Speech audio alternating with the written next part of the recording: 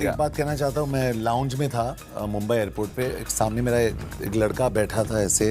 دوستو، بالی would actor John Abraham نے عمران خان سے وفا کا حق ادا کر دیا. عمران خان کو بے گناہ جیل میں رکھنے کی وجہ سے لائیو شو میں رو پڑے. جان ابراہم کی وائرل ہونے والی ویڈیو نے عمران خان کے چاہنے والوں کو خوش کر دیا. جان ابراہم نے کیوں اپنایا اسلام مذہب، عیسائیت کو چھوڑ کر بنے مسلمان، کہہ دی عمران خان کے حق میں بڑی بات. دیکھیے اس ویڈیو میں. دوستو، جیسا کہ آپ جانتے ہیں کہ عظیم لیڈر عمران خان سے پوری دنیا میں بڑے بڑے لوگ متاثر ہیں، اور جب سے عمران خان کو 1 سال سے اڈیالہ جیل قید رکھنے پر عمران خان کی فین فالوئنگ میں دوگنا اضافہ ہو چکا ہے. دوستو، اسی حوالے سے بالی ووڈ سٹار جان ابراہم کا بیان سوشل میڈیا پر تیزی سے وائرل ہو رہا ہے. یہ بیان عمران خان کو چاہنے والوں کے لیے بہت ہی اہم اور بڑا ہے.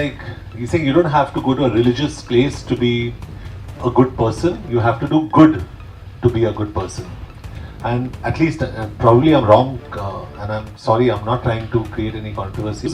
Religious guidelines, so you can lead your life correctly. It's very important to, and this is again for everybody out here, it's good to follow certain practices, but the most important practice that you can follow.